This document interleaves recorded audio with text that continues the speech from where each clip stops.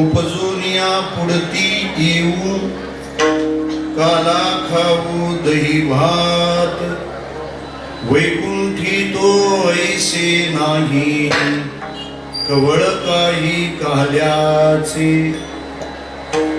एकमेका देऊ मुखी सुखे घालू हुंबरी वैकुंठी तो ऐसे नाही कवळ काही काल्याचे तुका म्हणे वाळवंट भरवे नीट उत्तम वैकुंठी तो ऐसे नाही कवळ काही काल्याचे पांडुरंगा करू प्रथम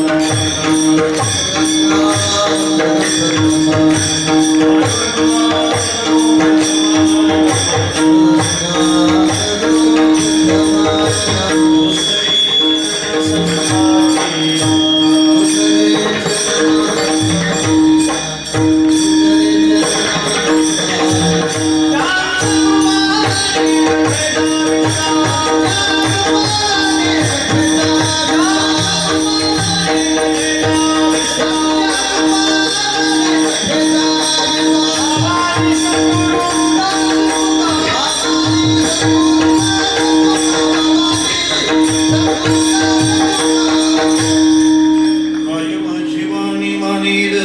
नेत्रांसी रंजपू चित्तासी आपुल्या. ओम नमो ज्ञानेश्वरा करुणाकरा दयाळा, तुमचा अनुग्रह लाधलो पावन झालो चराचरी. सेवेलागी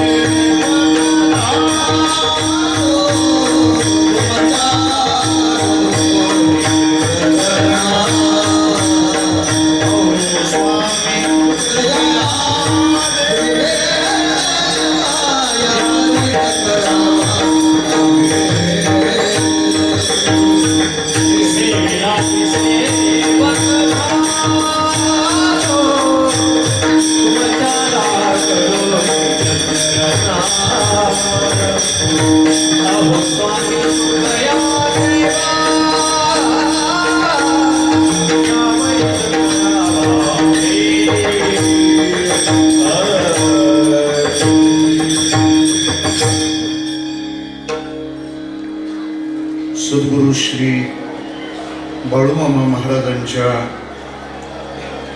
साक्षात चैतन्य अस्तित्वाला वंदन करून तत्स्वरूप आपणा सर्व श्रोते सज्जनांच्या चरणारविंदी विनम्र भावाने वंदन करतो. थोडा कमी कर स्वर. कीर्तन सेवेकरिता आपल्या पुढे सादर केलेला अभंग जगद्गुरु तुकाराम महाराज यांचा असून भक्तीच्या भोगलेल्या सुखानंतर भविष्याच्या योजनेचा संकल्प करणारा हा अभंग आहे. विठ्ठला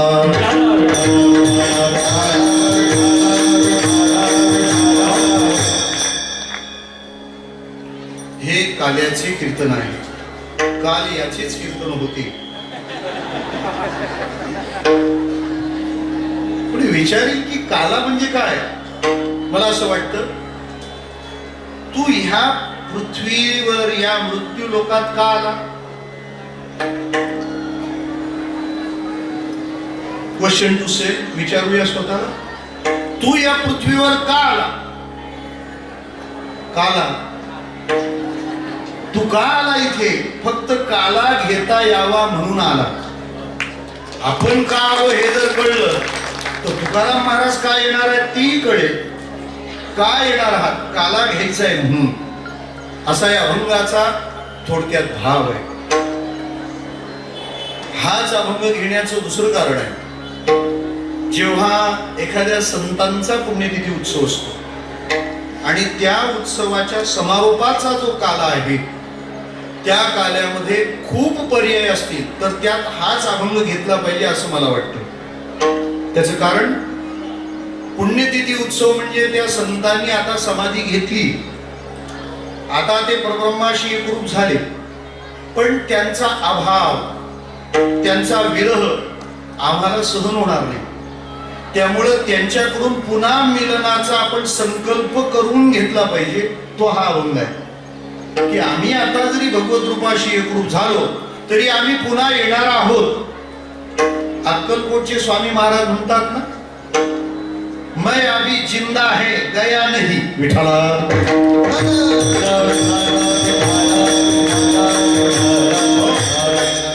मग तुम्ही समाधीस्थ झाले, आम्हाला काय, आमच्याकरता व्यवस्था काय. महाराज म्हणतात काळजी करू नका, ओबुजोनिया आम्ही परत परत येणार आहोत, तुम्ही काळजी करायचं कारण नाही. हा आशावाद या अभंगातून आपल्या मनाला समजावता येतो म्हणून हा अभंग घ्यावा. थोडे मॉनिटर शार्प करून म्हणा. काल्याच्या कीर्तनाची काही पद्धती आहे.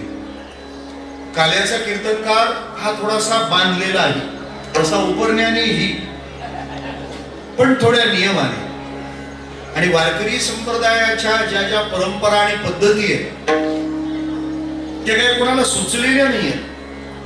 त्यांची उपयुक्तता, युटिलिटी जर ध्यानात घेतली तर ही सगळी एक मानसशास्त्रीय प्रक्रिया आहे. पहिल्या दिवशी नामपर अभंग घ्यावा असा संकेत आहे. काय कारण?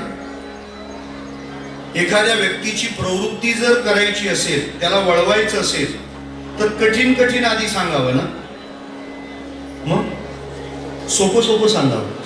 त्याला आवडतं ते सांगावं. पहिलीला जे मराठीचं पुस्तक आहे त्याचं नाव काय? बालभारती. 8वी पासून आहे त्याचं नाव काय? कुमार भारती. आणि मग 11वी पासून पुढे आहे ते युवक भारती. हे कुमार भारती आणि युवक भारतीत काय फरक पडतो? पहिलीच्या पुस्तकात अक्षर कमी असतात आणि चित्र जास्त असतात. 11वीच्या मराठीच्या पुस्तकात फक्त शब्दच असतात, चित्र नसतात. का? कारण अक्षराविषयी प्रेम निर्माण होण्यासाठी त्याला चित्र बघायला आवडतं.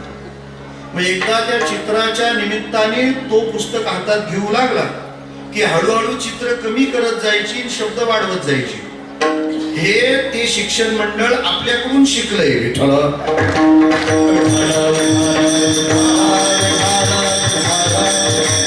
मी म्हणत नाही, आपल्याकडे पुरावा आहे. आणि तुम्हाला तर माहितीये, पुरावा नसेल तर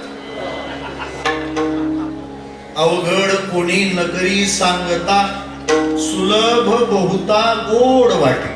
आणि नामसंकीर्तन साधन पै सोपे, म्हणून नामपद. मग ते नाम कसं घ्यावं, ते घेतल्यावर काय होईल, कुणी घेतलं म्हणून दुसऱ्या दिवशी संतपर अभंग गायला जातो. दुसरे चरणा संतांची. मग त्यानंतर उपदेशपद, एकविध, स्थितीपद. या अभंगातून उपांत्य दिवशी म्हणजे काल्याच्या आदल्या दिवशी मागणीपद. का?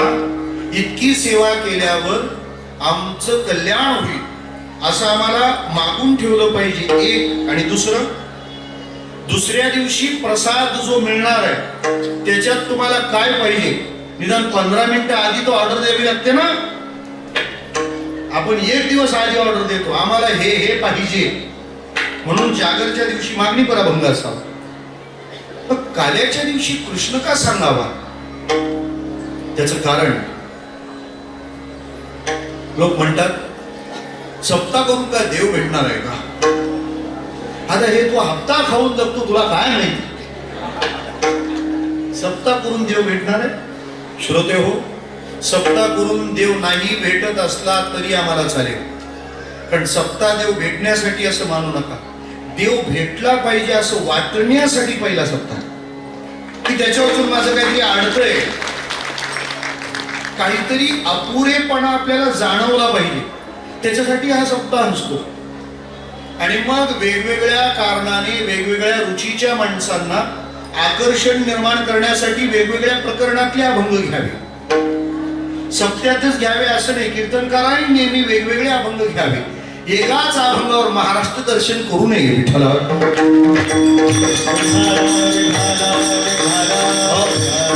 कारण सध्या कीर्तन प्रतिभेकडून फरमाईशकडे चाललंय, तेवढं म्हणा विठ्ठला.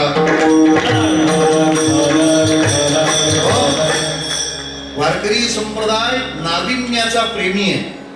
माऊली म्हणते नवनवोन्मेष शालिनी, नवे नवे उन्मेष. आमचे गुरुजी आम्हाला धमकवायचे, ते म्हणायचे उष्ट बोलत जाऊ नको. उष्ट बोलत जाऊ नको म्हणजे कोणी बोललेलं तू बोलत जाऊ नको असं नाही, तू बोललेलं पण तू परत बोलत जाऊ नको. विठ्ठला कारण या जगातली प्रत्येक गोष्ट नवीन आहे. जुनं सांगतो म्हणजे नवीन कळेल. गंगा स्नानाला आपण जातो तेव्हा ज्या पाण्यात आपण गंगेच्या बुडी मारतो, व परत वर येताना त्याच पाण्यात येतो का? नाही. ज्या पाण्यासोबत तुम्ही आत गेलात परत येईपर्यंत ते पाणी 100 मीटर पोहोचलं म्हणजे मारलेली बुडी ज्या पाण्यात आहे त्याचं वर येणं सुद्धा नव्या पाण्यात असतं. नाविन्याचा इतका प्रेमी आहे हे आपला संप्रदाय. मग वेगवेगळे अभंग का घ्यावे? जी ज्या ज्या वृत्तीची माणसं आहेत ती देवावर प्रेम करू लागली पाहिजे म्हणून. कीर्तनाचा दुसरा कुठलाच उद्देश नाही. कीर्तन ऐकल्यावर लॉटरी लागते असं तर अजिबातच नाही. मग कीर्तनाचे 2 लाभ आणि कारण श्रीमद भागवताने सांगितली. भक्त्योगवर्धनम यच्च कृष्ण संतोष हेतुकम. मी कीर्तन का ऐकलं पाहिजे? माझ्या हृदयातला भगवत भक्तीचा ओघ वाढतो म्हणून, किंवा मी कीर्तन ऐकल्यावर कृष्णाला बरं वाटतं म्हणून. मग वेगवेगळ्या कारणाने आम्ही कीर्तन ऐकली, पण 7 दिवसात एखाद्याला नाही पाजर फुटला तर त्याच्यासाठी शेवटचा रामबाण म्हणजे कृष्ण. ज्याला ऐकल्यानंतर तुमच्या मनात कृष्ण प्रेम नाही निर्माण झालं तर नवल. मोगलांकडे एक बेगम झाली, तिचं नाव ताज बीबी. उत्तर भारतात एक कथाकार आहेत दीनदयालू पांडे, त्यांनी एकदा ही गोष्ट सांगितली होती. त्या ताज बीबीला मक्केला जायचं होतं म्हणून ती निघाली. आता त्यांचं मुक्कामाचं ठिकाण आग्रा. निघाला तो पालखी मेणा सोहळा. आता आग्र्याहून मक्केला जायला निघाल्यावर रस्त्यात वृंदावन लागतं. ती निघाली होती, एवढ्या घंटांचा नाद, टाळांची किणकिण आणि कृष्ण भजनाचे गोडस्वर तिच्या कानावर पडले. आणि तिने त्या भोयांना विचारलं, ये हम कहां से गुजर रहे हैं? आता तुम्ही इथून जर भुदरकडकडे निघाले तर रस्त्यात आवाज जर आला बाळूमामाच्या नावानं तर लोक काय म्हणतील, कहां से गुजर रहे? बोले आदमापूर आ गया. तसं वृंदावनाच्या बाजूने चालले होते ना. त्या भोयानं सांगितलं, बेगम साहिबा ये बिंद्रावन है. तिकडं असंच म्हणतात. प्रत्येक गावाची म्हणण्याची खासियत आहे. म्हणजे सिन्नरवाले संगनमेर म्हणतात तसं विठ्ठल. संगमनेर बसतच नाही, तसं वृंदावन नाही, बिंद्रावन. बोलिए बिंद्रावन है. बोले यहाँ का क्या खास क्या है? बोले यहाँ काफिरों का छोटा खुदा रहता है. दुसऱ्याचं मोठं मानायला माणूस लय मोठं लागतं. ती म्हणाली, रुकते हे जरा. बोले हाँ, विश्राम की हमें भी आवश्यकता है. ती गेली गोविंद देव मंदिरात. वृंदावनामध्ये, जुन्या वृंदावनात रंगनाथ मंदिराच्या समोर 7 मजली असं ते मंदिर होतं. वरचे 3 मजले पाडले, आता 4च आहेत. ते गोविंद देव मंदिर भग्नावस्थेत आहे. जाऊन आलात वृंदावनला?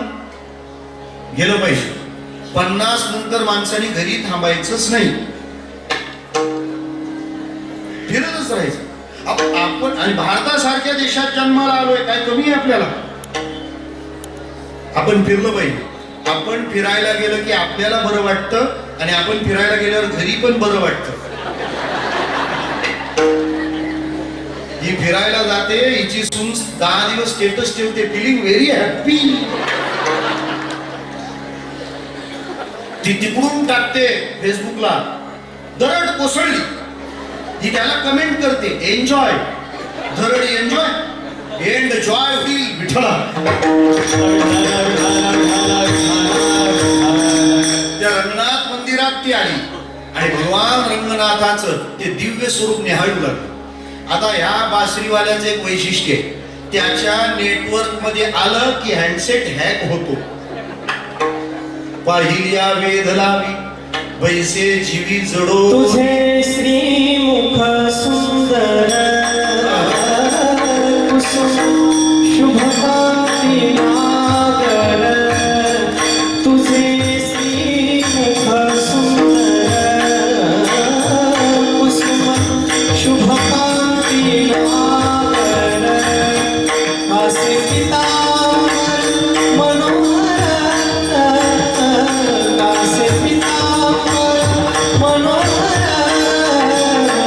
पामो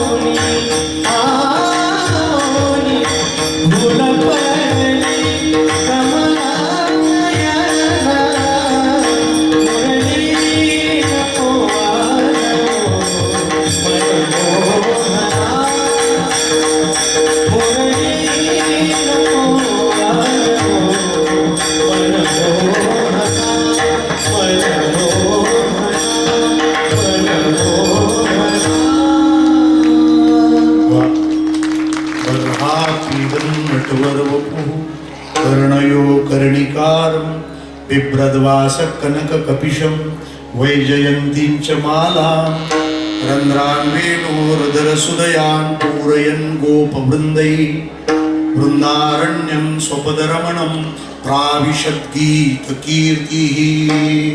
ती बघायलाच लागली. अर्धा तास तर तसाच गेला. ते भुई म्हणू लागली, बेगम साहेबा चले. ती म्हणाली रुको थोडा थोडा और देखने दो. परत अर्ध्या तासांनी सांगितलं, बेगम साहेबा चलो हमें देर हो रही है, लंबा फासला लंबी दूरी तय करनी है. ती परत म्हणाली थोडा और देखने दो.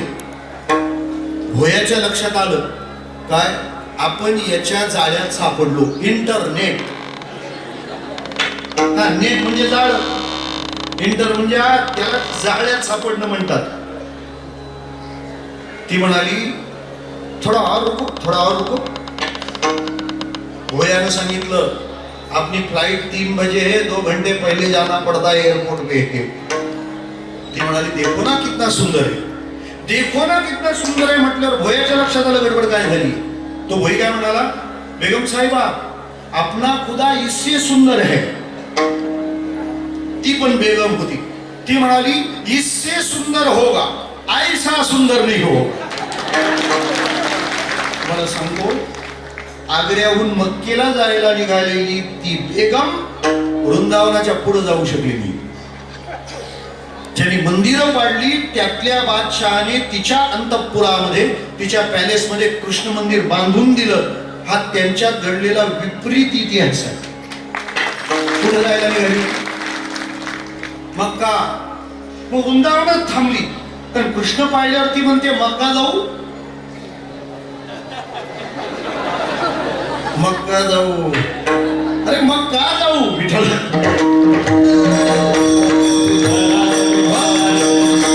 पण तिचा धर्म कृष्णाचा धर्म नाहीये. ती कधी मेडिटेशन कोर्सला गेली नाहीये, ती कधी सप्त्याला आली नाही. बस एकदा बघितलं कृष्णाला आणि ती कृष्णाची झाली. तसं आमचं मन नाही 7 दिवस काही ऐकून भजनाकडे वळलं. महाराज कृष्ण हा खात्रीचा माल आहे. तुम्ही त्याच्या कक्षेत आला की तुम्ही त्याचे कधी होता कळत नाही. तुम्ही काही त्याला दिलं नाही तरी तो त्याची वाट पाहत नाही की तुम्ही कधी देता. तो येऊन हिसकावून घेऊन जातो. हरीने माझे हरिले चित्त भार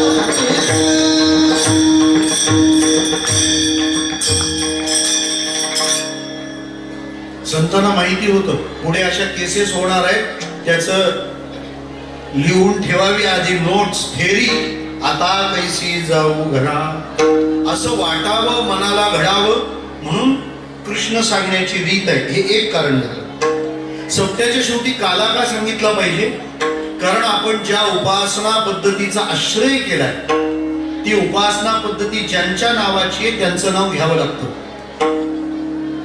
आपण आपलं पूर्ण नाव लिहितो तेव्हा किती शब्द लिहितो, अक्षराने विचारले. अक्षर भिन्न भिन्न आहे.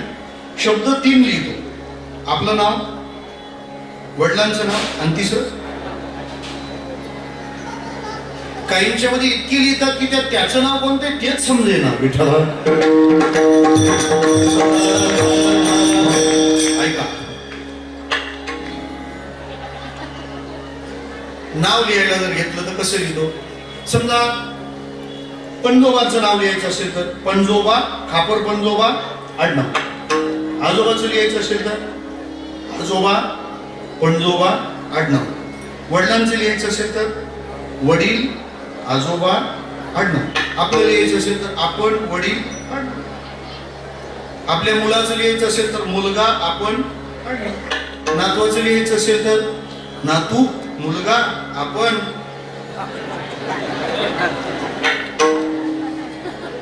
म्हणजे नातवाच्या नावात आपण कट. हे आजोबाला सांगेल कोण?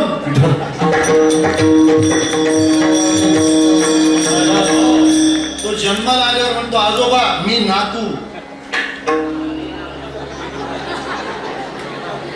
ध्यानात घेतलं पाहिजे ना की आपण कट झालोय आता.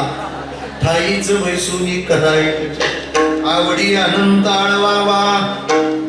मग जसं आडनाव लिहिल्याशिवाय नाव पूर्ण होत नाही तसं कृष्णाचं नाव घेतल्याशिवाय आपली उपासना पूर्ण होणार नाही. का? कृष्ण आमच्या भारतीय अध्यात्माचं आडनाव आहे. कुळ हे पावन कृष्ण नामे कुळ हे पावन.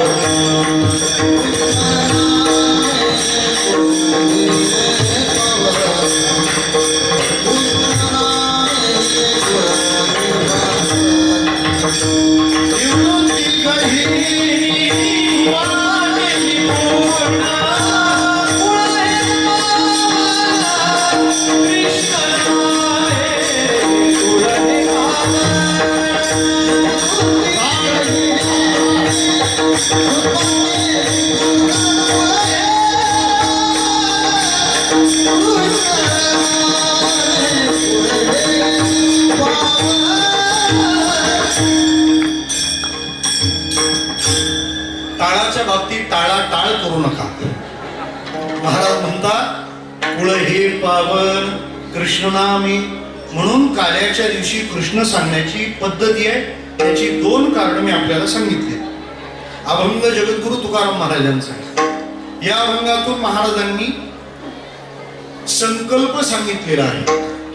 कीर्तनाचं निरूपण करताना निरूपण शास्त्र असं म्हणतं की कीर्तनकाराने पहिलं वाक्य असं केलं पाहिजे की त्या अभंगातल्या सगळ्या शब्दांचा भावस्पर्श त्या एका वाक्यात असला पाहिजे. त्या वाक्याला निरूपणात प्रतिज्ञा वाक्य असं म्हणतात. एक वाक्य अभंगावर बोलणार नाही याची प्रतिज्ञा घेतलेल्यांना हा नियम नाही.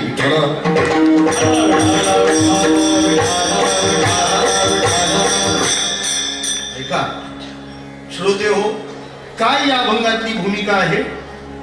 महाराज संकल्प करतात. तसा विचार केला तर या अभंगात महाराजांनी 4 प्रश्नांची उत्तरं दिली आहेत. प्रश्न कोणकोणते आहेत ते समजून घ्या. मी काय करणार आहे, मी का करणार आहे, मी कसं करणार आहे आणि मी कुठं करणार आहे. किती झाले? 8:55. मी काय करणार आहे? पुढती उपजून या येऊ दही भात काला खाऊ. पुन्हा जन्माला येऊन मी दही भाताचा काला खाणार आहे. कशाचं उत्तर आहे हे? मी काय करणार. दुसरं का करणार आहे? काला खायचा आहे तर मग इथं जन्माला का येणार आहे? त्याचं उत्तर दुसऱ्या चरणात आहे. कारण जिथं मी आता आहे तिथं काला नसल्यामुळे काला जिथं आहे मी आता तिथं येणार आहे. वैकुंठी तो का येणार आहे जन्माला? कारण वैकुंठात असा काला नसतो. पहिला प्रश्न मी काय करणार. दुसरा प्रश्न का करणार. तिसरा प्रश्न कसं करणार. एकमेका देऊमुखी सुखे घालू हुंबरी. कसं करणार. काला कसा खाणार.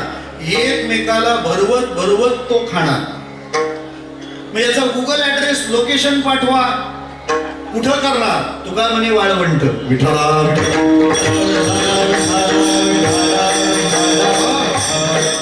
आता तर सगळे कॉलम झाले. आता कुठं पण स्लॅब टाकला का झालं. 4 प्रश्नांची उत्तरं देणारा हा अभंग आहे. याचा प्रारंभ असा आहे की महाराज संकल्प करतायत, ठरवतायत. काहीतरी आपण ठरवलं पाहिजे. काहीतरीच नाही ठरवलं पाहिजे. काहीतरी ठरवणाराचं काहीही होतं. एकदा का होईना अहिल्याचा भोग घेईल. कोणी ठरवलं होतं? इंद्राने. आणि परिणाम इंद्रा पडली भगे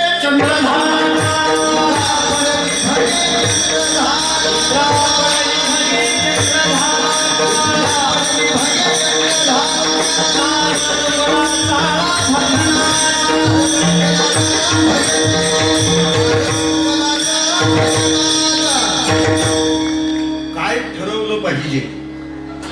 इंद्राने ठरवलं एकदा का होईना अहिल्याचा भोग घेईन. परिणाम इंद्रा पडली भगी, चंद्र झाला काळा, नारद चुकला चाळा भजनाचा. माणसाने संकल्पात असलं पाहिजे. संकल्पात असलं, चांगला संकल्प करून ठेवला पाहिजे. आमच्या मुंबईला एक मोटिवेशनल स्पीकर आहे. तो एका लेक्चरचे 10,000 रुपये घेतो. एका बॅचला 300 विद्यार्थी असतात. 3 तासाचं सेशन असतं. संतोष नायर त्याचं नाव. त्याच्यात त्या मोटिवेशनल स्पीच मधलं एक वाक्य सांगतो. म्हणजे आहे त्याच्यातच बसवतो, त्याच्यासारखं एक्स्ट्रा काही नाही ते आपलं. तो असं म्हणाला, अच्छी आदतें जानबूझकर नहीं डाली तो बुरी आदतें अपने आप लग जाती है. चांगल्या सवयी बळच जर लावून घेतल्या नाही तर वाईट सवयी आपोआप लागतात. आता गणपती उत्सव आहे ना, आपल्या हाताला आधीच सवय लावायची. कशाची? टाळीची. कारण ही सवय लागली नाही तर ही सवय लागते. विठ्ठल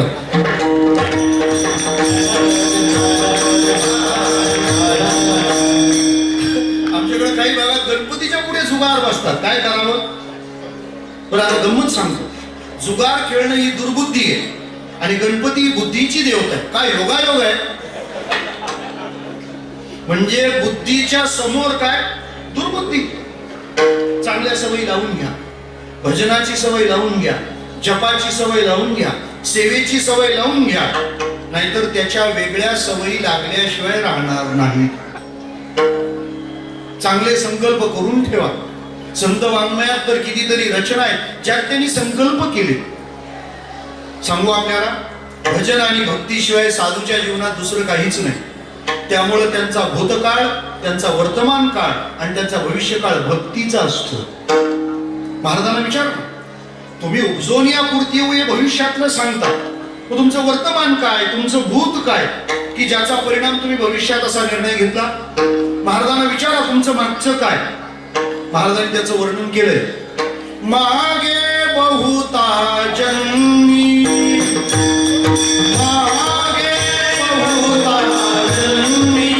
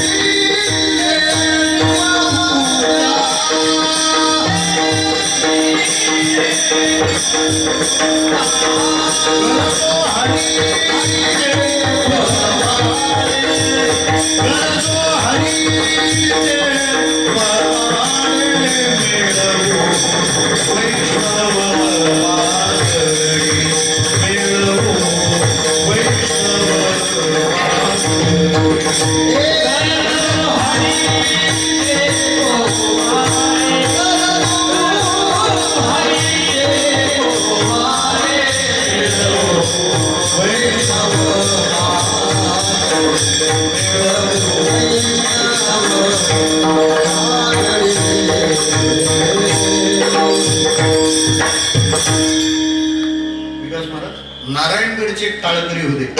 विष्णू महाराज शेपटेकर ती ही चाल फार गोड गायची. फडावरची चाल, फडातली नाही. विठ्ठला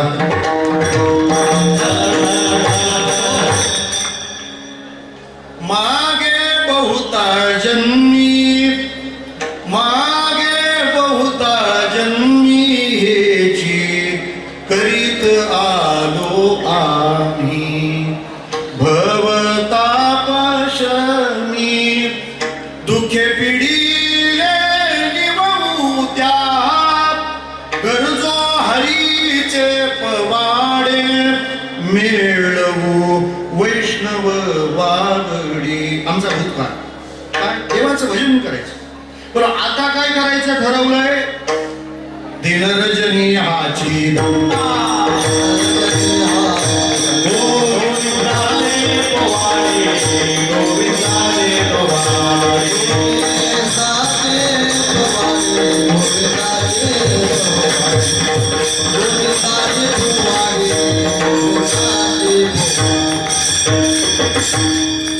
भूतकाळ गरजो हरीचे पवाडे. आम्ही असं मागे बहुत जन्म केलंय. आता काय करणार आहात. दिनरजनी हाची धंदा.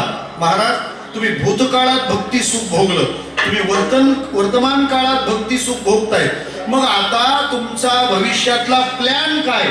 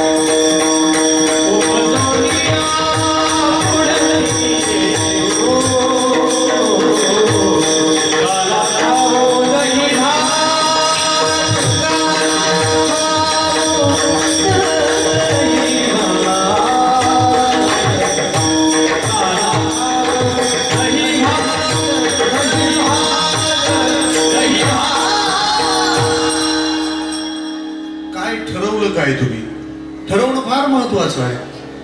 आपण ठरवतो पण आपल्या ठरवण्याबद्दल जरा ठरवावं लागेल. एक गावामध्ये कथा होती. वक्ता 7 दिवस तिथं मुक्कामाला होता. फार गोड कथा सांगायची.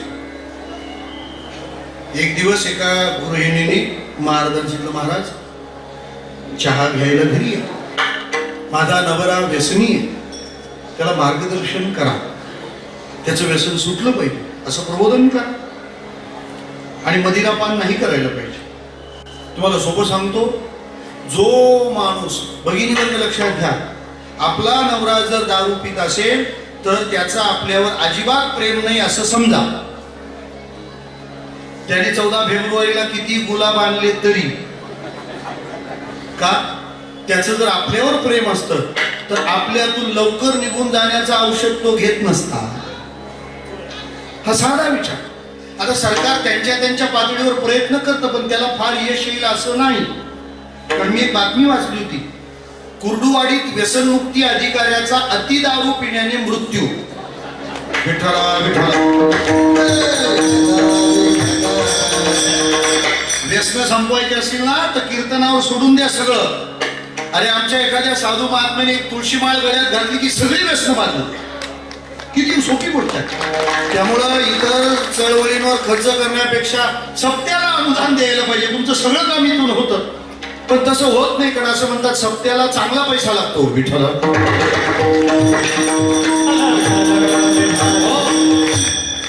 ते म्हणाले या माझ्या नवऱ्याला शिकवा. ते आले आणि त्यांनी प्रबोधन केलं, व्यसन करू नये, दारू पिऊ नये, त्याने हानी आहे, त्याने नुकसान आहे, त्याने आरोग्य, सामाजिक, संपत्ती सगळीच हानी आहे. त्या महाराजासमोर तो लगेच बोलला, बस आजपासून बंद. ती म्हणाली असा महाराजच पाहिला नाही. इतकं परिवर्तन. महाराज निघून गेले. संध्याकाळी तिने पुरणपोळीच बनवायला घेतली, कारण सोन्याचा दिवस उजाडला, नवऱ्याने दारू सोडली. त्याने विचारलं काय पुरणपोळीची तयारी चालली काय? ते म्हणाले नाही नाही नाही, आज माझ्यासाठी फार भाग्याचा दिवस. म्हणजे काय? अहो तुम्ही दारू सोडली. तो म्हणाला तुला कोणी सांगितलं? म्हणजे तुम्हीच तर म्हणाला आजपासून पण. तो म्हणाला दारू नाही, असा महाराज घरी आणायचा आजपासून. काय ठरवतात माणसं.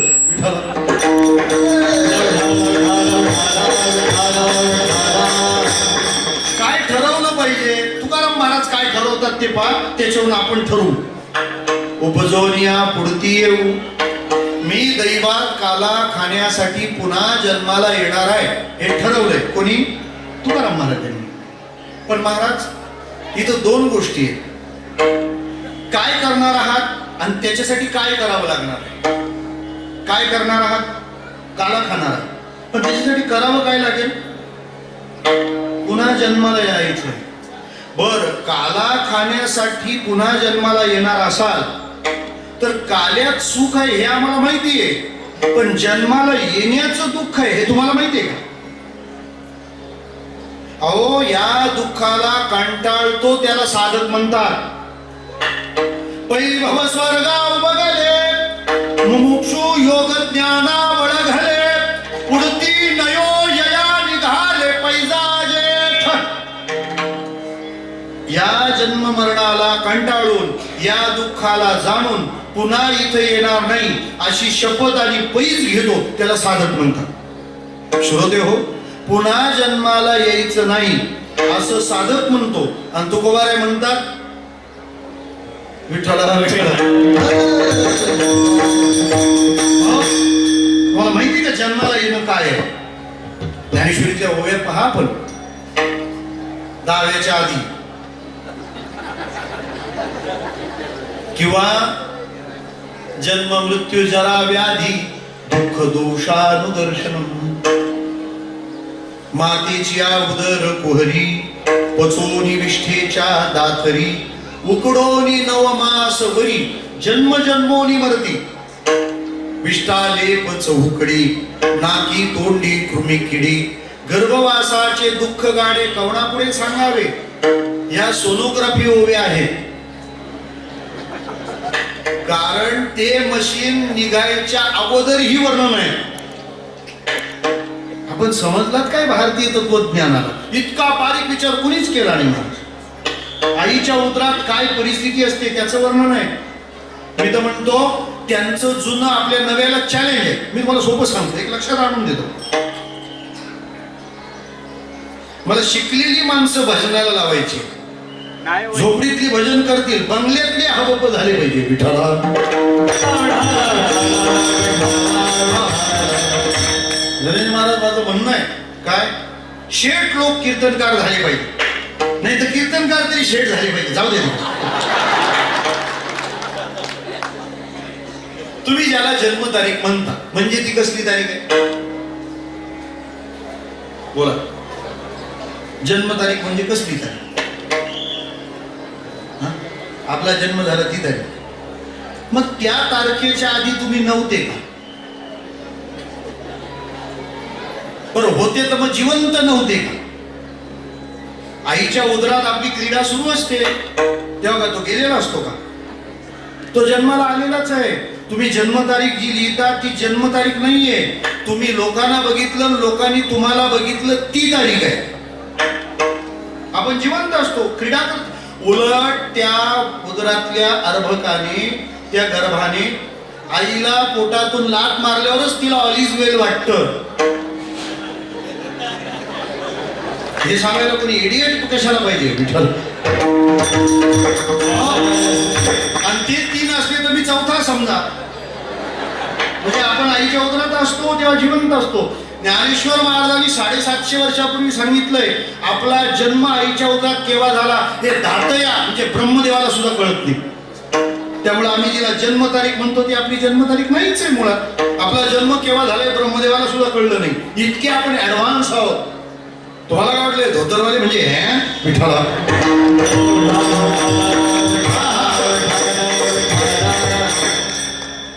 अशी वर्णन आहे. त्या आईच्या उदरात आपण जेव्हा वाढतो 9 महिने 9 दिवस उलटा टांगलेला असतो. उलटा टांगलेला आहे. बरं तेव्हा हे कवर नव्हतं, त्याची सुद्धा ओवी आहे. त्वचे वीण गर्भांग पोळे. ही त्वचा नसते, डायरेक्ट अंगच असतं. आणि आईला इच्छा होते कोल्हापुरी ठेचा. काय ठेचा बसत असतील त्याला. आईला काही वाटलं की ती खाते, त्याचा परिणाम त्याला एक सारखा भजन करत असतो आतमध्ये. एक वेळ करी दुरिताचे जाळे, एवढं देवा एकदा यातून बाहेर काढ, मग तू आहे आणि मी आहे. पंढरपूर सांग, आत्मापूर सांग, तुळशीमाळ सांग, पंढरीची वारी सांग. आणि जन्माला आल्यावर पहिलं लगेच फिरतो तो केव्हा? माँ के पेट से पैदा हुआ, रोवे तो हम बच्चा है, सो हम झाड़ को हम पुकारा, एक ही बदला सच्चा है, सो हम झाड़ को हम पुकारा, एक ही बदला सच्चा है. सुनो बाबा, सुनो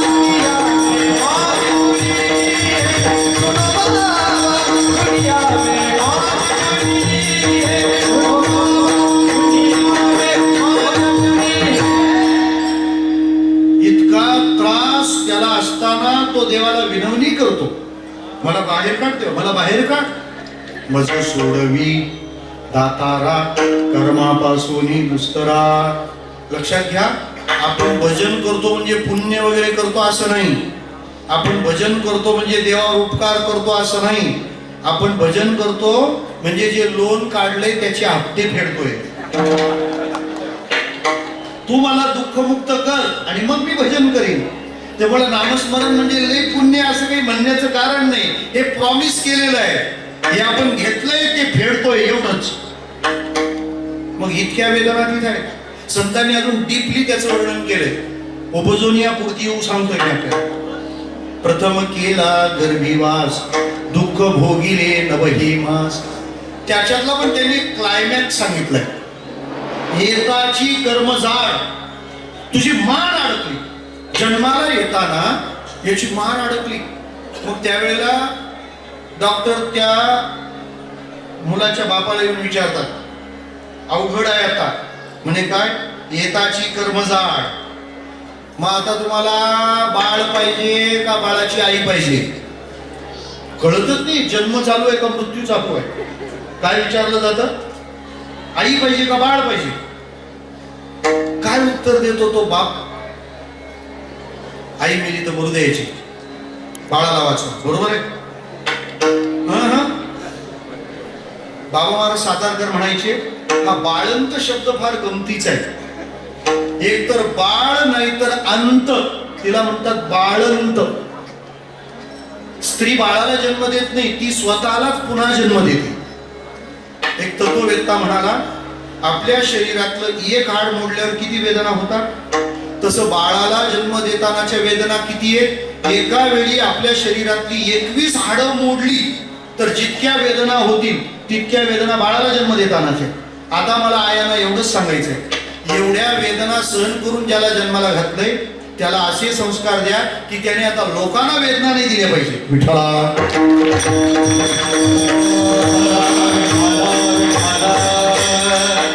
मध्ये विचारतात कोण पाहिजे सांगा. बाप काय उत्तर देतो?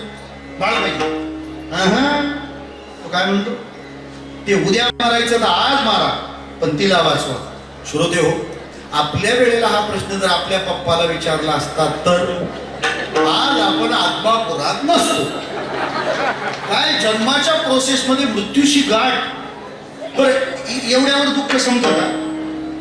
पुढं पुढं त्या जन्माने दुःखाची तर रेलचेल आहे. म्हणजे बाळपण गेले नेणता, तरुणपणी विषय व्यथा, वृद्धपणी प्रवर्तली चिंता, मरे मागुता जन्मधरी. त्या बाळाला आंघोळीला घालतात. आंघोळीला खेड्यातल्या पद्धती छान आहे. ती आंघोळ घालायला येते ना आजी, ती आपले पाय असे सरळ सोडते आणि आपल्या मांडीवर त्या बाळाला पालथ घालते.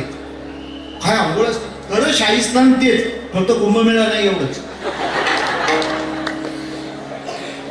आमच्या मुंबईत फार कठीण. तिथं ते असं मांडीवर वगैरे घेत नाही. तो एक छोटासा बेबी बाथ टब गमेलच ते, पण तसं म्हटल्यावर कमी बनावं आणि ते आपटल्यावर त्याचं नाकच चोलतं. असं वाटतं हा नेपाळ बॉर्डर पार करून आलाय. विठ्ठला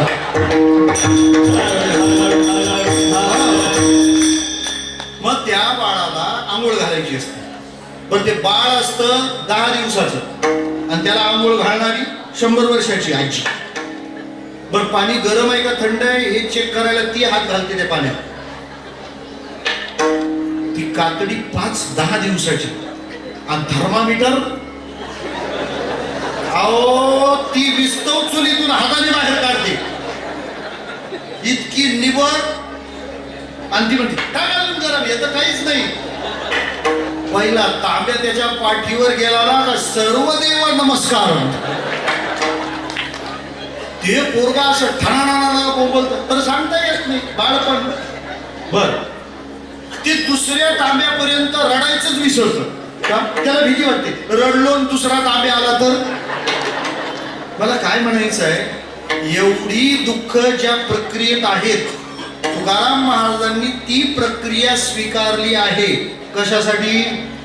काला खाऊ दही भात. मला दही भाताचा काला खायचा आहे त्याच्यामुळे हे मी जन्माला येणं मी पत्करीन स्वीकारेन.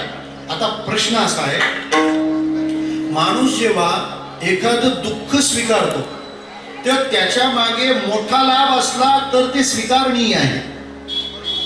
एकाला हायकमांडचा फोन आला, आताच्या आता सरपंच पदाचा राजीनामा द्या. आता लोक म्हणतात एवढे प्रयत्न केले ते का असा राजीनामा द्यायला? 10 गावात फोन गेले होते पण एकानं राजीनामा दिला. बाकीच्यांनी विचारलं का एवढ्या मेहनतीने निवडून आलात, सरपंचपदी बसलात आणि एक फोन आल्यावर राजीनामा देता? हा त्याग तुम्हाला दुःख नाही का झालं? तो म्हणतो सरपंच पद सोडावं लागले याचं दुःख झालं, पण हायकमांडनी फोनवर सांगितलं हे सोडल्यावर आमदारकीचं तिकीट आहे. विठ्ठल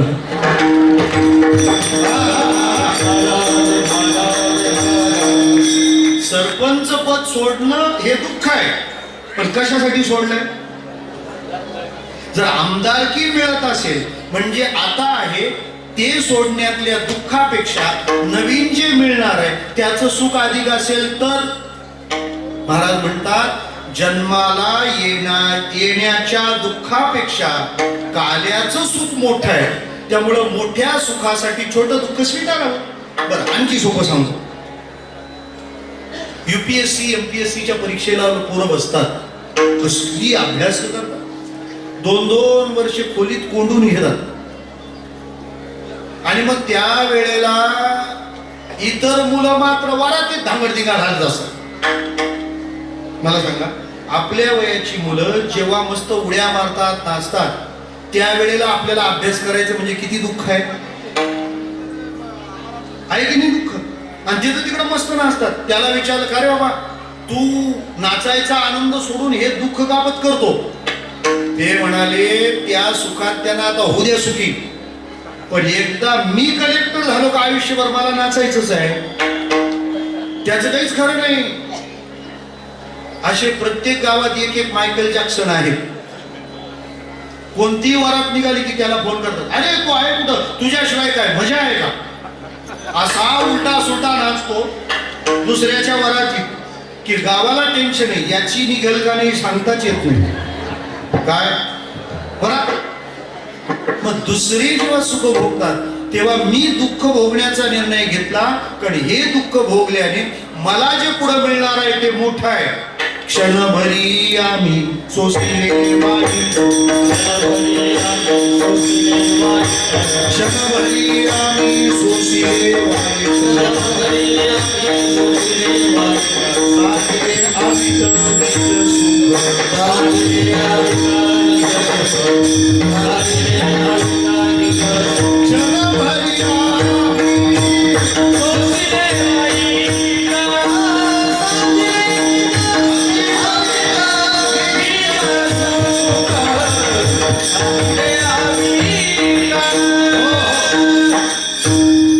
क्षणभरी आम्ही सोसिले वाईट, साधिले अवीट निज सुख.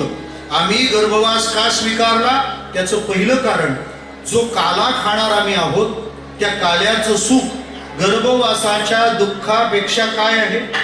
मोठं आहे. एक. दुसरं, तिथं जे वर्णन आहे की तुम्हाला जन्म घ्यावा लागणार आहे, मग तुम्ही भक्ती सुखाचा विचार का करता? महाराज म्हणतात, हे बघा, गर्भवासाचं दुःख असतं ते सगळ्यांना असतं, पण आम्ही भजन करणाऱ्यांना गर्भवासाचं दुःख नाहीच. त्यामुळे आम्ही जन्म घेऊ तेव्हा आनंदात घेऊ आणि सरळ काला सेवन करू, आम्हाला दुःखाचा घाट लागत नाही. आम्हा विष्णू दासा सुलभ, आम्हा विष्णू दासा सुलभ,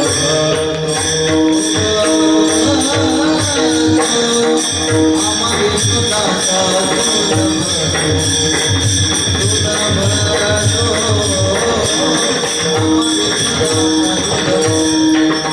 मुनी मुक्त झाले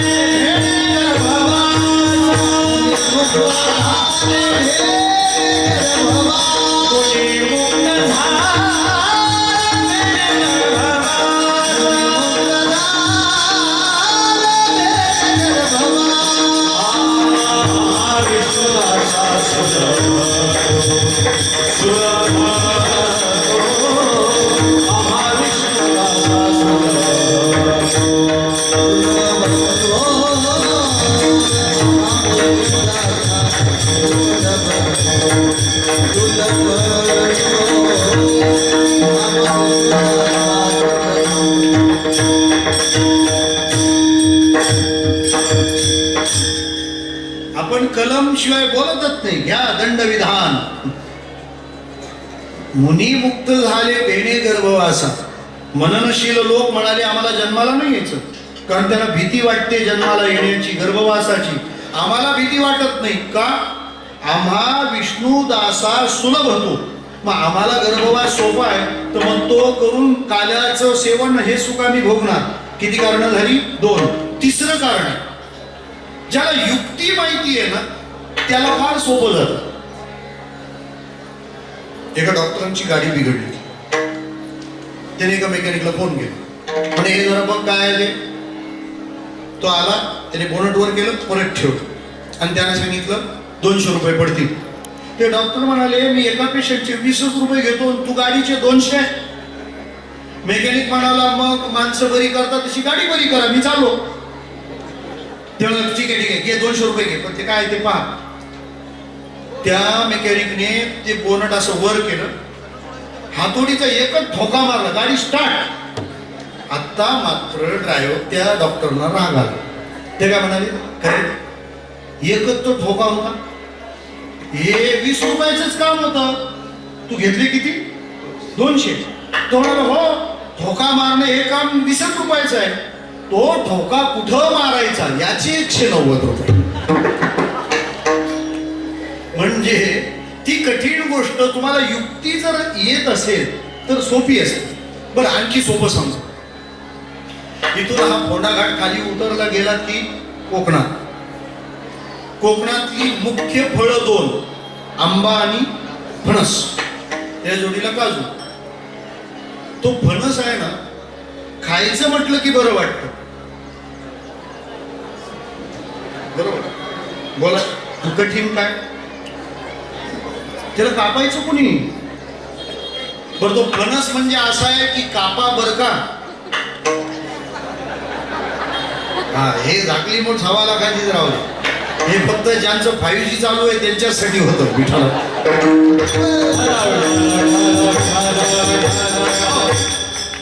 कापा बर का. या फणसाच्या 2 जाती आहेत, कापा आणि बरका. बर, पण त्याला कापायचं म्हणजे कटकट काय त्याची? त्याचा चीक, तो चिकटतो. चिकटतो हा शब्द चीक शब्दापासूनच बनला असावा, चिकटतो. खर तर प्रामाणिक असतील फेविकॉल वाल्यांनी जाहिरातीत फणसाचा चीक दाखवायला पाहिजे होतं. ते कोंबडीला अंड दाखवत बसले विठ्ठल.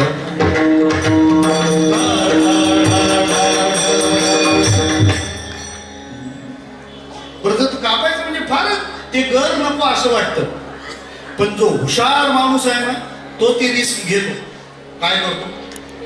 त्या बात काय करतो तो हातात पूर्ण तेलात माखवतो. कारण एकदा हाताला तेल लागलं की त्या चिकात जरी हात घातला तरी त्या चिकाचा त्रास हाताला होत नाही. श्रोते हो, जसं हाताला तेल लावल्यावर फणस नीट कापता येतो, तसं नामस्मरण करत असाल तर दुःखरूपी गर्भवास सुखाचा होतो.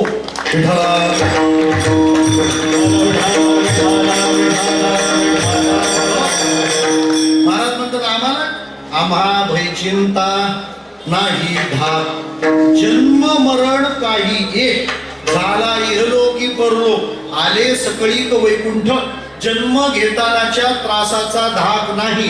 कारण आम्ही चीक लावलाय. कशाचा? हरिनामाचा चीक आहे. त्यामुळे नाम घेतल्याने आम्हाला जन्माला येण्याच्या बाधा नाही.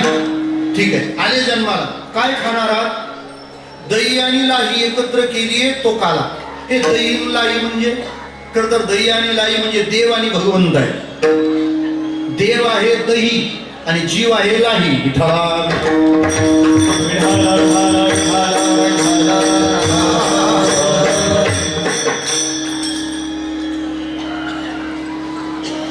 मॉनिटर पुढे नका. दही आणि लाही, आपली लाही. देव दह्यासारखा आहे. म्हणजे दही भरीव असतं, लाही पोकळ असते, जीव पोकळच असतो. लाही कोरडी असते, दही ओलं असतं. देवाजवळ आर्द्रता आहे. बर, लाही भरभर भरभर उडते, भरभर उडते. पण एकदा त्या लाहीला दही लागलं की लाही स्थिर होते. जोपर्यंत भगवंताचा स्पर्श होत नाही तो पण आपण भरभर भरभर उडण्याची दाट शक्यता आहे. त्याच्या स्पर्शाशिवाय स्थैर्य येत नाही. महाराज म्हणतात आम्ही ठरवलं जन्माचा त्रास सहन करणार आणि काला खाणार. भांड्यांना पण माहिती आहे महाराज घरचेच आहेत. विठ्ठल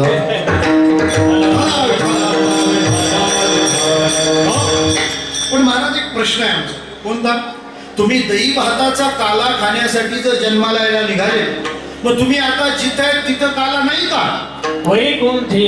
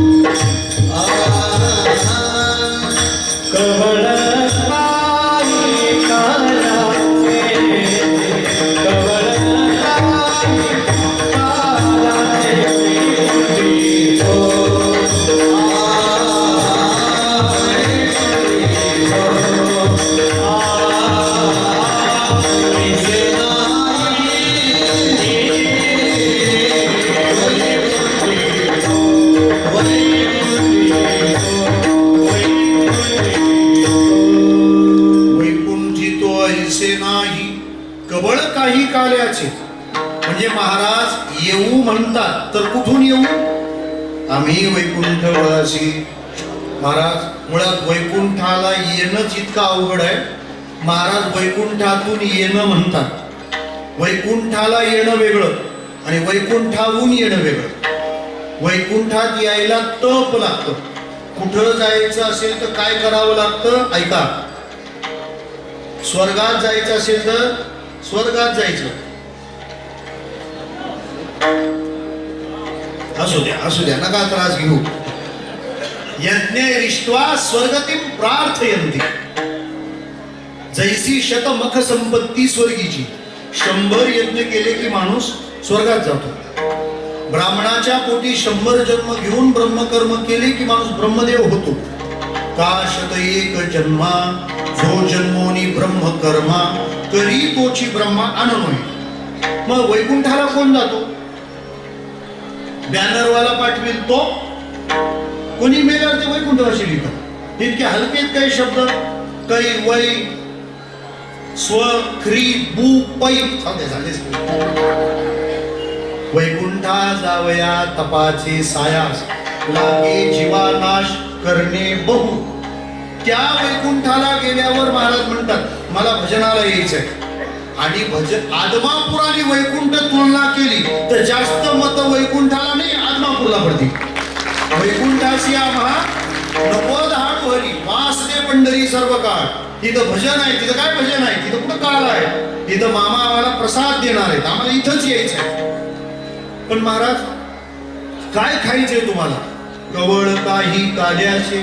काल्याचे काही कवळ मिळतील जे इतरत्र नाही. महाराज देवता सुद्धा बाजूला सारल्या. आजी ओस अमरावती काला पहावया येती. देव विसरती देहभाव आपुला. स्वर्गात काला नाही म्हणून ते जिथं काला चालला होता तिथं आले. कृष्णाला कळलं हे सगळे त्या डोहात मासे झाले.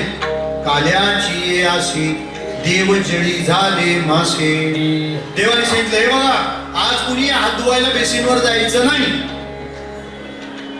ते म्हणाले का? अरे सगळे देव म्हणे त्या डोहात मासे झाले आणि हा काला आपल्याला त्यांना मिळू द्यायचा नाही. त्याच्यामुळे आपण जर हात धुतले तर ते खातील काला मिळवतील. एका गोपाळाने सांगितलं देवा मग आता मासे होऊन आलेत ना देऊ ना त्यांना काला. बिघडतं काही नाहीतरी हातच धुवायचे. भगवान म्हणाले मासे होता आले लेकाला वारकरी होण्यात काय लाज होती विठ्ठला.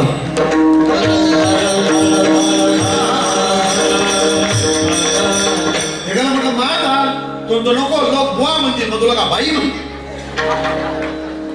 नाही जायचं. देवाने नाहीच काला त्याच्यामध्ये मागं पुसून टाका पण ह्यांना काला द्यायचा नाही.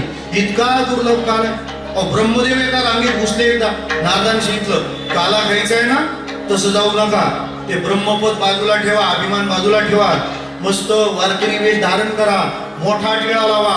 माळ गळ्यात नसल्यावर तसंच करावं लागतं. मग जा तुम्ही आता तिकडं. तिथं गेल्यानंतर रांगेत उभे. पण प्रसाद देव देतो तेव्हा हात पुढं करा आणि तोंड लपवा. पण तुम्ही दिसले का प्रसाद कॅन्सल. गेले ब्रह्मदेव तसे हात पुढे तोंड लपवलं. लहान मुलं जेव्हा सत्यनारायणाचा प्रसाद घ्यायला झुंबड उडवतात ना तेव्हा प्रसाद वाटणारा जर चतुर असला तर तो नेहमी लक्ष ठेवतो. कोणतं? जे पोरग हात पुढं करतं तोंड लपवतं समजायचं हे भगवान म्हणतात पाईपलाईन दिसते डॅम कोणता आहे बघूया. पाहिलं तर ब्रह्मदेव म्हणजे तुम्ही आणि लपून प्रसाद घेता अजिबात मिळणार नाही. तुम्ही वारकरी व्हा मगच प्रसाद. तुम्ही आत्मापूरला सेवा करा तेव्हाच प्रसाद आहे. ब्रह्मा सोपान तो झाला भक्तानंद वर्तला मग प्रसादाची प्राप्ती आहे. हे तिथं नाही महाराज. पण खाणार कसे आहात? एकमेका देवमुखी स्नेहाल हुंबरी. मग जाता आता पत्ता सांगाल का? महाराज म्हणतात हे सगळं यमुनेच्या म्हणजे चंद्रभागेच्या वाळवंटात होईल. विठोबा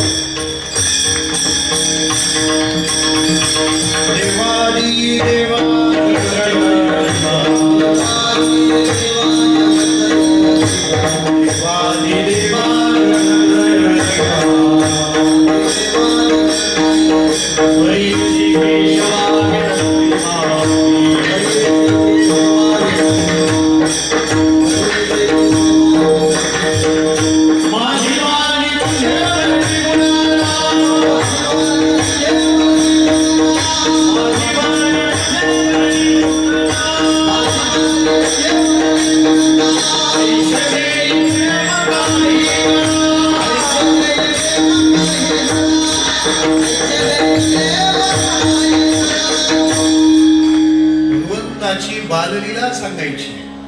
कारण संतांना कृष्णचरित्र इतकं काहीच आवडत नाही. उद्या जर विचारलं की कीर्तन मामांसमोर चालली आहेत, पण मामांना यात सगळ्यात आवडीनं काय ऐकायचंय, तर ते फक्त एवढंच आहे, त्याला कृष्णचरित्र म्हणतात. कानाचा खरा शृंगार भगवंताची कथा आहे. महाराज आपल्या कानांना ऑर्डर करतात, तुम्ही ऐका रे कान माझ्या विठोबाचे गुण ऐका की. मग हे कृष्णचरित्र करतं काय? महाराज नुसतं ऐकत राहिलं तरी पुढचं सगळं आपोआप होतं. कृष्णचरित्राचं श्रवण काहीच काम करणार नाही. कृष्णचरित्र ऐकायला बसला तर कोणतंच साधन करायची गरज नाही. या चरित्राचं श्रवण माणसाला लालायित करतं आणि भक्तिप्लवित करतं. वरण आंबट व्हावं म्हणून त्याच्यात काय काय टाकतात? टोमॅटो, कोकम, अजून चिंच. चिंच पण भारताचं.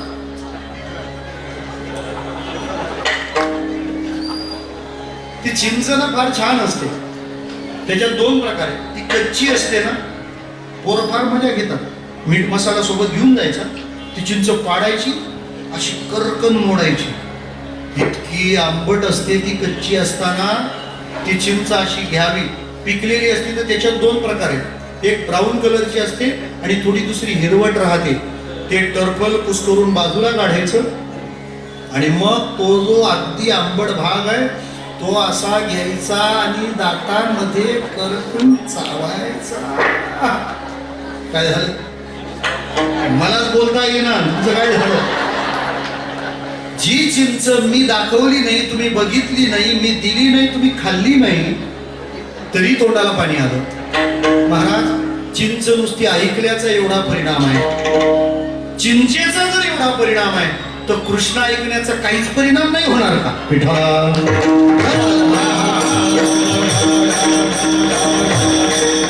मी माझ्या आजच्या नव्या पिढीला पण सांगतोय की तुम्ही अनेक समस्यांमध्ये जर त्रस्त असाल ना, हे कृष्ण ऐका, सगळे प्रॉब्लेम सॉल्व्ह.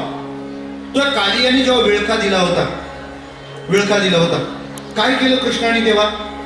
स्वतःचं शरीर वाढवलं. एक इंग्रजी शब्द लक्षात ठेवा, मॅक्सिमायझिंग लाईफ. स्वतःचा विस्तार करा. सांगतो तुम्हाला, अगदी सोपं सांगतो. कृष्णाने आपलं शरीर वाढवलं, कालियाचे वेडे ढिल्ले पडले, भगवान त्याच्या डोक्यावर नाचले. आपल्यालाही कधीतरी समस्या वेळखा घालते ना, कधीतरी आपल्याला एखादी अडचण वेळ दे. काय करायचं? तुम्ही करत आहात तेच काम आणखी करा. सांगतो तुम्हाला, वाजवणाराला टेन्शन आलं, ह्या वाजवणाराला येणार नाही, यांच्यामुळे येईल. वाजवणाऱ्याला टेन्शन आलं तर त्यांनी काय केलं पाहिजे? आणखी वाजवत राहिलं पाहिजे. गाणं टेन्शन आलं तर आणखी गायलं पाहिजे. कीर्तनकाराला टेन्शन आलं तर त्याने अधिक कीर्तन केली पाहिजे. सेवेकऱ्याला टेन्शन आलं तर त्याने, बरं जाऊ दे, मी मला सोपं विचारतो. दारू पिणाऱ्याला टेन्शन आलं तो काय करतो? किती सोपं होतं, मी उगाच आपला फिरत बसलो इकडे तिकडे. बस तसंच आहे. कृष्णाने स्वतःला वाढवलं, त्यामुळं त्या कालियाच्या डोक्यावर नाचला. ऐका, जी समस्या तुम्हाला गुंडाळायला आली आहे, तुम्ही स्वतःच्या क्षमता विस्तारित करून कृष्ण शरण झालात तर त्या समस्येच्या डोक्यावर तुम्हाला नाचता येईल एक दिवस. त्यातल्या बाललीला सांगाव्यात असा नियम. काय लीला सांगाव्या? भगवान श्रीकृष्ण चोरी करतोय, हे त्याचं सगळं अद्भुत आहे.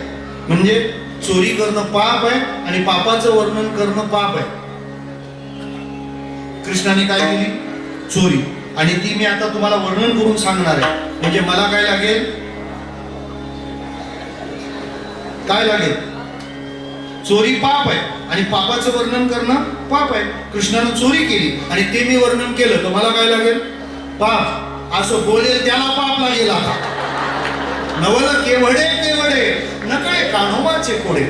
त्या भगवान श्रीकृष्णाने चोरून खायचं ठरवलं. आईला सांगितलं, आई लोणी दे. आई मंथन करत होती.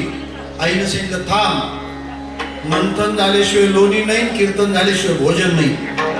जरा थांब की, कुठं घाई करतो. मंथनाला सुरुवात केली. कृष्णाला कुठं धीर निघतो. आईचं दुर्लक्ष झालेलं पाहिलं आणि यांनी डेऱ्यात उडी टाकली आणि डेऱ्यात गेल्यावर येईल ते लोणी खायचं, येईल ते लोणी खायचं सुरू. मैया विचार करते, एवढा वेळ झाला मी मंथन करते आणि अजून लोणीच येत नाही.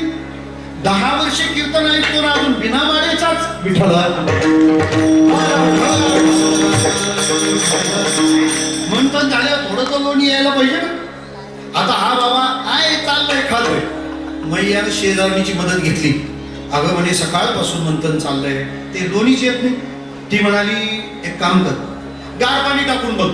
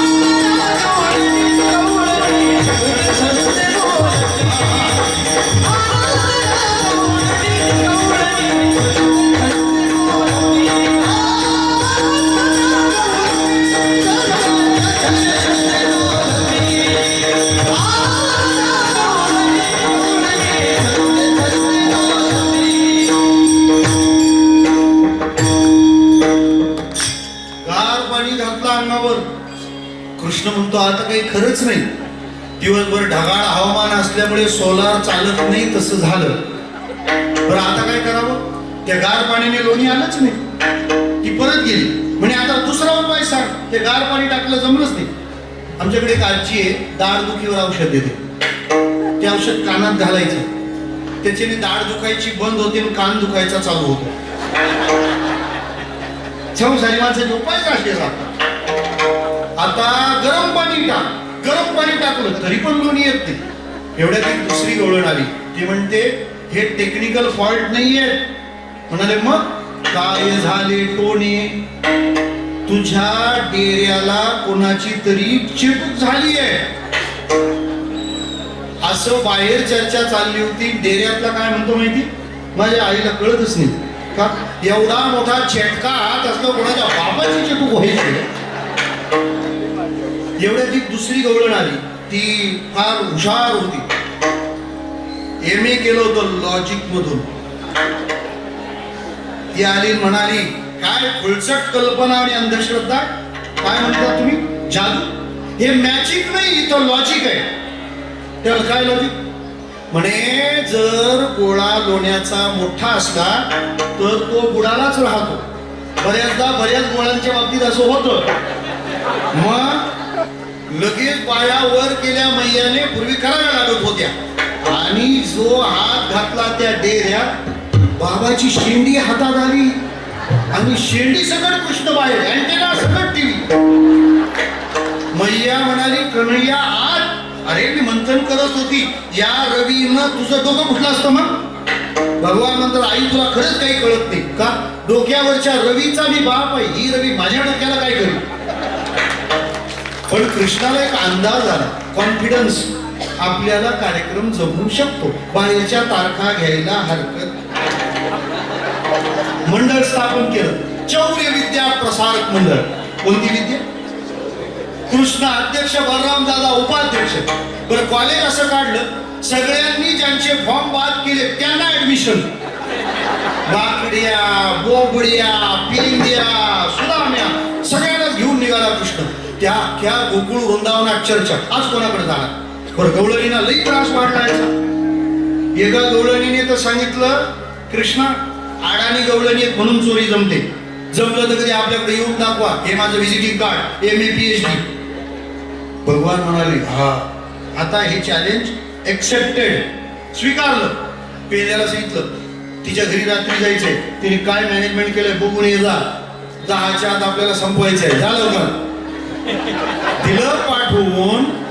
पेद्या बघून आला आणि बोंबलतच आला तिथून. काय बोंबलत आला, कृष्णा आज उपवास, आज उपवास. अरे झालं काय ते तर सांग, उपवास कशाला बरं होतो. तो म्हणाला उपवास म्हणजे, तिनं इतकी तयारी केली की आज आपली मोहीम सक्सेस होणारच नाही.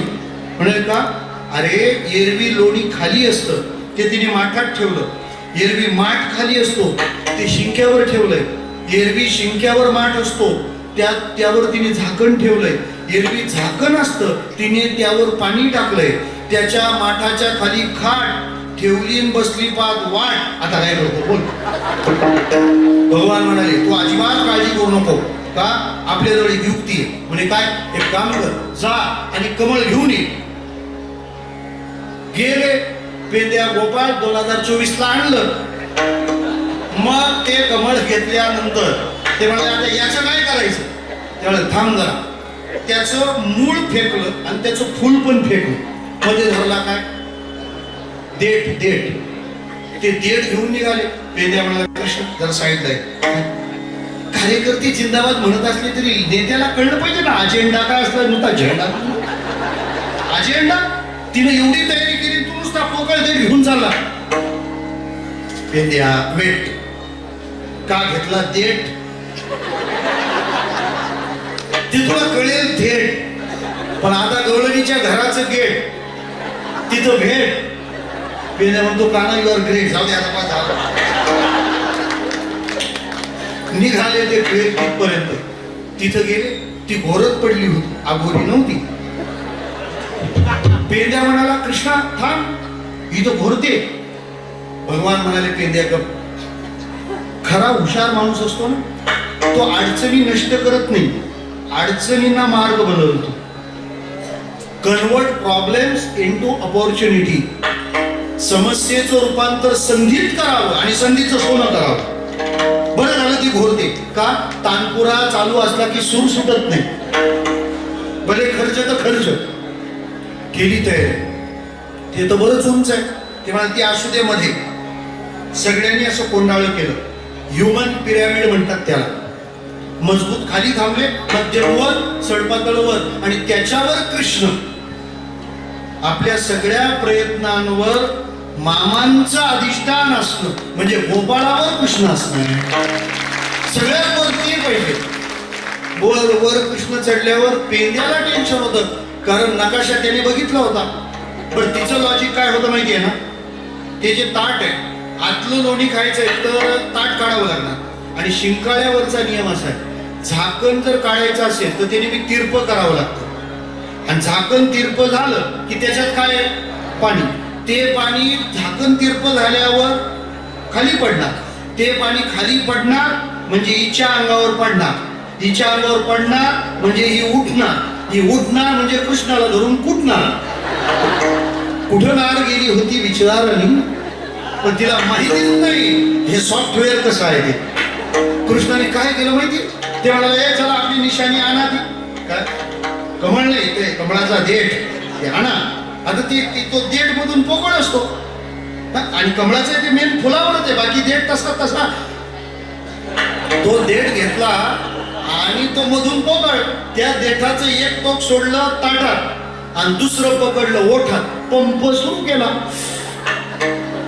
सोपं बोलू का, तुम्ही जर क्रिएशन या प्रांतात इंटरनॅशनल लेवलला जर विचार करत असाल तर श्रोते हो, कोल्ड्रिंक्स जर वेस्टर्न कंट्रीचे असतील तर पहिला स्ट्रॉ आपल्या बासरीवाल्यांनी वापरला.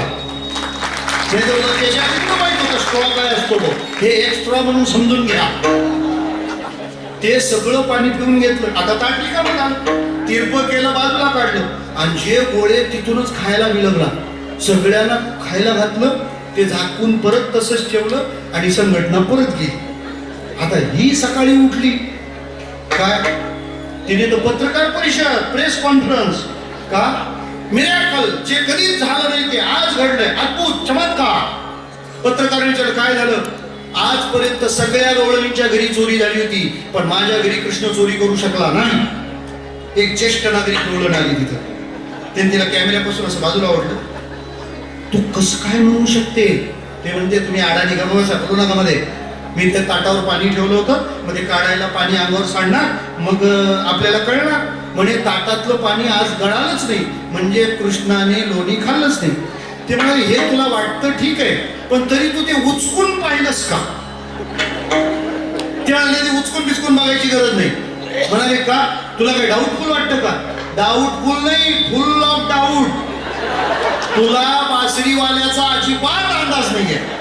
बघून घे. महाराज ते ताट उचकून पाहिलं तर तिथं लोणी ठेवलंय कोणी, म्हणती नंदाची आहे पोरी, आज चोरी केली खरे. ते म्हणते कधी चोरला कळलंच नाही, म्हणजे त्याचं डिपार्टमेंट असंच असतं. आपण वाटतं भडाला जीवन आलो, पण हृदय तिथं आपलं राहतं ना, आपलं शरीर घरी जातं. या सगळ्या तक्रारी वाढू लागल्या. आणि मग यशोदा मैयाने सांगितलं, कृष्णा तुला रानात जायचं आहे. श्रोतेहो, एक गोष्ट ऐका, कृष्णाने रानात गायी वळल्या पाहिजेत, हा कृष्णावर केलेला श्रमाचा संस्कार यशोदेने आहे. समाजातल्या सगळ्या यशोदांना माझी विनंती आहे, आपला कृष्ण किती जरी लाडका असला तरी त्याच्यावर श्रमाचे संस्कार झाले पाहिजे. कारण कष्ट करण्याची मोडलेली सवय पुन्हा आपल्याला लागत नसते. मग तो वडापावसाठी आज कोणाचा बर्थडे याची वाट पाहतो. आपल्या कष्टाचं असलं पाहिजे, ते संतांना आवडतं. मग या कृष्णाची रवानगी रानात केली. रानात गेलेला कृष्ण गप्प बसला नाही, वेळ वाया घालवायचा नाही. सगळ्या गोपाळांना एकत्र केलं, खेळ मांडिला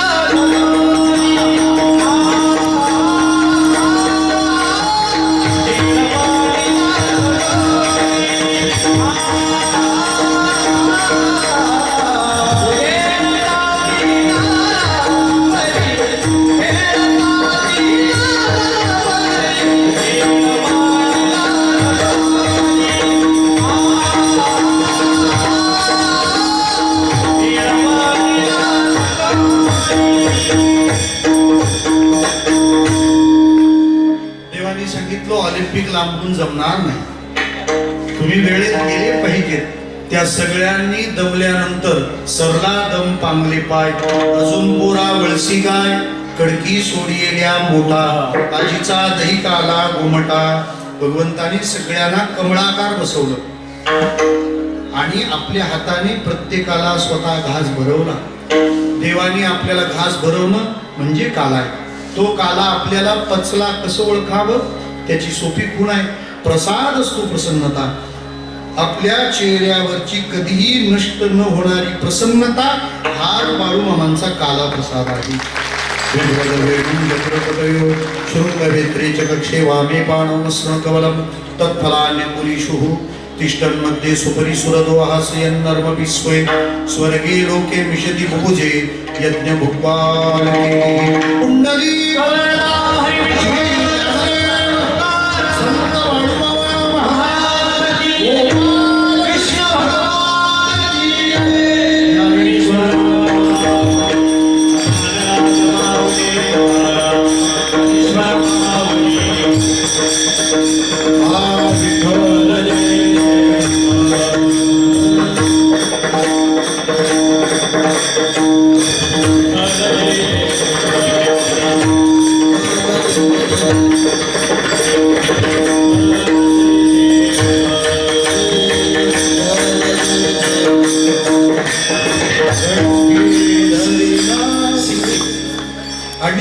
अंडी आहे का नाही, मग कंठी धरीलाच, कंठी धरीला